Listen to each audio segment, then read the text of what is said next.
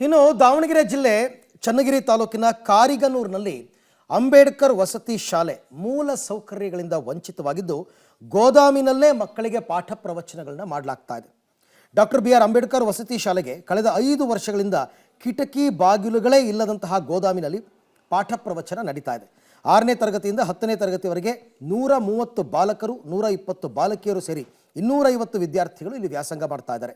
ಪರೀಕ್ಷೆ ಬರೆದು ಆಯ್ಕೆಯಾಗಿರುವ ಪ್ರತಿಭಾವಂತ ಮಕ್ಕಳು ಉಸಿರು ಕಟ್ಟುವ ವಾತಾವರಣದಲ್ಲಿ ದಿನ ಕಳೀತಾ ಇದ್ದಾರೆ.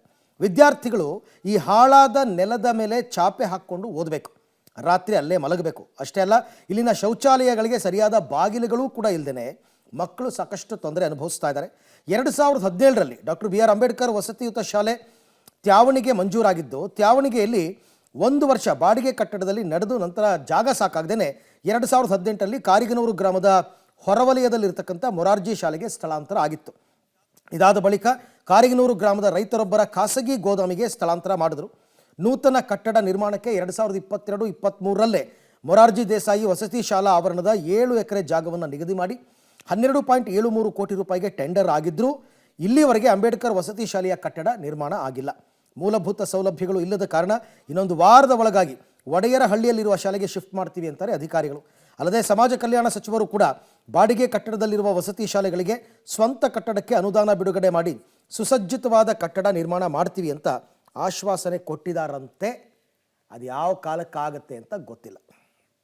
ಇಲ್ಲಿ 2019 ಡಿಸೆಂಬರಿಂದ ಇಲ್ಲಿ ಬಂದರು. ಅಲ್ಲಿ ಸಣ್ಣದು ಇರೋದ್ರಿಂದ ಆಗಲಿಲ್ಲದಕ್ಕೆ ಇಲ್ಲಿ ಬಂದ್ವಿ. ಆಮೇಲೆ ಇದನ್ನು ಇಲ್ಲಿ ಮಾಡಬೇಕು ಅಂತಂದಾಗೂ ಆ ಸಂಬಂಧಪಟ್ಟ ಇಲಾಖೆಗಳು CO ಪದ್ಮಬಸವಂತಪ್ಪರು ಇಲಾಖೆ ಏನೈತಲ್ಲ, ಸಮಾಜ ಕಲ್ಯಾಣ ಇಲಾಖೆ, ಅದು ಅವರೆಲ್ಲರೂ ಬಂದು ನೋಡ್ಕೊಂಡು ಹೋದ್ಮೇಲೆ ನಾವಿಲ್ಲಿ ಮಾಡಿಕೊಟ್ಟದ್ದು. 4 ವರ್ಷ ಆಯ್ತು ಇಲ್ಲಿ ಇರೋಕೆ ಹಚ್ಚಿ. ಹೊಸ ಬಿಲ್ಡಿಂಗ್ ಆಗೋ ತನಕ ಇದ್ದು ಮಾಡ್ಕೊಂಡು ಹೋಗ್ರಿ ಅಂತ ನಾವೇನು ಬೇಡ ಅನ್ನಲ್ಲ ಅಂತ ಹೇಳಿ. ರೆಂಟ್ ಕೊಡ್ತಾ ಇದ್ದಾರೆ ಸರ್, ರೆಂಟ್ ಹೆಂಗೆ ಕೊಡ್ತಾ ಇದ್ದಾರೆ. ನಾವು ಮೂಲಭೂತ ಸೌಕರ್ಯಗಳು ಭಾಳ ಮಾಡಿದ್ದೀವಿ. ಹೊಸ ಕಟ್ಟಡ ಇಲ್ಲೇ ಕಾರಿಗನೂರಲ್ಲೇ ಆಗಬೇಕು ಅಂತ ಮಾಡಿದ್ದಾರೆ. ಅದು ದುಡ್ಡು ಶಾಂಕ್ಷನ್ ಆಗಿದೆ ಅಂತೆ. ನಿನ್ನೆ ಸಮಾಜ ಕಲ್ಯಾಣ ಇಲಾಖೆ ಮಿನಿಸ್ಟರ್ ಬಂದಾಗ ಅದನ್ನ ಪ್ರಸ್ತಾಪನೆ ಮಾಡಿದ್ದಾರೆ. ಈಗ ಅದನ್ನ ಜಾಗನ ಪರಿಶೀಲನೆ ಮಾಡಬೇಕು. ಏನು ಕಾರಿಗನೂರಲ್ಲೇ ಐತಿ ಜಾಗ ಕೊಟ್ಟಿದ್ದಾರೆ. ಏನು ಮುರಜ್ಜಿ ಹಾಸ್ಟೆಲ್ ಅಲ್ಲೇ ದುಡ್ಡು ಮಂಜೂರು ಮಾಡಿದ್ದಾರೆ. ಯಾರೋ ತುಮಕೂರವ್ರಿಗೆ ಯಾರೋ ಆಗಿದೆ ಅಂತಂತ ಮಾಡ್ದಂತ ಶುರು ಮಾಡ್ಬೋದು ಸರ್. ಇಷ್ಟಾಗ ಎಲ್ಲೆಲ್ಲಿ ವಸತಿ ಶಾಲೆಗಳಿದ್ದಾವೆ 5 ವರ್ಷದ ಅವಧಿನಲ್ಲಿ ಸುಮಾರು 821 ವಸತಿ ಶಾಲೆಗಳಿದ್ದಾವೆ. ಕ್ರೈಸ್ತಲ್ಲಿ 600ಕ್ಕೂ ಹೆಚ್ಚು ವಸತಿ ಶಾಲೆಗಳಿಗೆ ಸ್ವಂತ ಕಟ್ಟಡ ಇದೆ. ಇನ್ನು 200ಕ್ಕೆ ಸ್ವಂತ ಕಟ್ಟಡ ಬಾಡಿಗೆ ಇಡ್ತೀವಿ. ಎಲ್ಲೆಲ್ಲಿ ಬಾಡಿಗೆ ಇಡ್ತೇವೆ ನಮಗೆ ಜಾಗ ಇನ್ನೂ 36 ಕಡೆ ಜಾಗ ಇದೆ. ಜಾಗಕ್ಕೆ ದೂರ ಕಡೆ ಕಟ್ತೀವಿ. ಜಾಗ ಇಲ್ಲದೇ ಕಡೆ ಜಾಗ ಒದಗಿಸ್ಕೊಂಡು ಕ್ರಮೇಣ ಕಟ್ತೀವಿ. ಬಡ ಮಕ್ಕಳಿಗೆ ಉತ್ತಮವಾದಂತಹ ಶಿಕ್ಷಣ ಕೊಡಬೇಕನ್ನೋ ನಿಟ್ಟಿನಲ್ಲಿ ಸರ್ಕಾರ ವಸತಿಯುತ ಶಾಲೆಗಳನ್ನು ಕೂಡ ತೆರೆದಿರುವಂಥದ್ದಾದರೆ ವಸತಿಯುತ ಶಾಲೆಗಳಿಗೆ ಯಾವುದೇ ರೀತಿಯಂತಹ ಕಟ್ಟಡಗಳಿಲ್ಲ.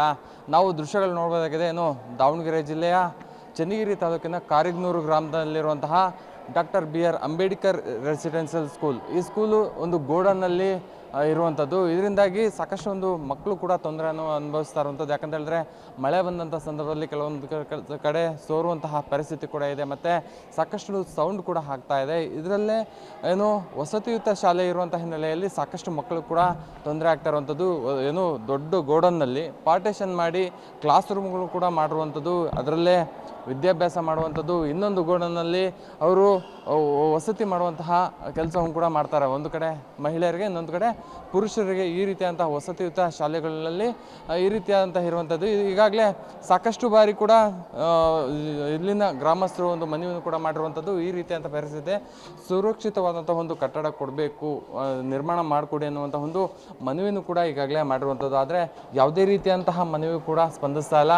ಗೋದಾಮ್ನಲ್ಲಿ ಈ ರೀತಿಯಾದಂತಹ ಕ್ಲಾಸ್ ನಡೀತಾ ಇರುವಂಥ ಹಿನ್ನೆಲೆಯಲ್ಲಿ ಮಕ್ಕಳು ಕೂಡ ಒಂದು ಕಡೆ ತೊಂದರೆ ಆಗ್ತಾ ಇದೆ. ನಾವು ದೃಶ್ಯಗಳು ನೋಡೋದಾಗಿದೆ. ಯಾವ ರೀತಿಯಾಗಿ ಕ್ಲಾಸ್ ರೂಮ್ ಇದೆ, ಮೇಲೆ ಒಂದು ಶೆಡ್ ರೀತಿಯಲ್ಲಿ ಒಂದು ಇರುವಂತಹ ಒಂದು ಕೊಠಡಿಯಲ್ಲಿ ಕ್ಲಾಸ್ ಮಾಡ್ತಾ ಇದ್ದಾರೆ. ಶಿಕ್ಷಕರು ಕೂಡ ಸಾಕಷ್ಟು ಬಾರಿ ಕೂಡ ಮನವಿ ಕೂಡ ಮಾಡಿದ್ರು, ಮತ್ತು ಇಲ್ಲಿರುವಂತಹ ಗ್ರಾಮಸ್ಥರು ಕೂಡ ಮನವಿಯನ್ನು ಕೂಡ ಮಾಡಿದ್ರು. ಈ ರೀತಿಯಾದಂತಹ ಪರಿಸ್ಥಿತಿ ಇದ್ದರೆ ಮಕ್ಕಳಿಗೆ ಸಾಕಷ್ಟು ಒಂದು ಕಲಿಕೆಯಲ್ಲಿ ಹಿಂದುಳಿತಾರೆ. ಮತ್ತು ಯಾವುದೋ ಒಂದು ಗೋದಾಮ್ನಲ್ಲಿ ನಾವು ಪಾಠ ಪ್ರವಚನ ಮಾಡ್ತಾ ಇದ್ದೀವಿ, ಮತ್ತು ವಿದ್ಯಾಭ್ಯಾಸವನ್ನು ಕಲಿತಾ ಇದ್ದೀವಿ ಅನ್ನುವಂತಹ ಒಂದು ಮನಸ್ಸಿಗೆ ಬರುತ್ತೆ. ಇದರಿಂದಾಗಿ ಸಾಕಷ್ಟು ಒಂದು ಬಾರಿ ಮನವಿ ಕೂಡ ಮಾಡಿದ್ರು ಕೂಡ ಯಾವುದೇ ರೀತಿಯಂತಹ ಮನವಿ ಕೂಡ ಸ್ಪಂದಿಸಲ್ಲ. ಇದರಿಂದಾಗಿ ಸಂಬಂಧಪಟ್ಟ ಅಧಿಕಾರಿಗಳಾಗಿರ್ಬೋದು, ಮತ್ತು ಸಂಬಂಧಪಟ್ಟ ಶಾಸಕರಾಗಿರ್ಬೋದು ಸಚಿವರಾಗಿರ್ಬೋದು ಈ ಗೋದಾಮಿನಿಂದ ಸುರಕ್ಷಿತವಾದಂತಹ ಒಂದು ಕಟ್ಟಡವನ್ನು ನಿರ್ಮಾಣ ಮಾಡಿಕೊಡ್ಬೇಕು ಅನ್ನುವಂತಹ ಒಂದು ಮನವಿ ಕೂಡ ಇಲ್ಲಿನ ಗ್ರಾಮಸ್ಥರಾಗಿರ್ಬೋದು ಮತ್ತು ಸ್ಥಳೀಯರು ಕೂಡ ಮಾಡ್ತಾ ಇರುವಂಥದ್ದು. ಕ್ಯಾಮ್ರಾ ಪರ್ಸನ್ ಜೊತೆ ಪುನೀತ್ ಟಿಪ್ಪಲ್ ಬಿಟ್ಟು ದಾವಣಗೆರೆ.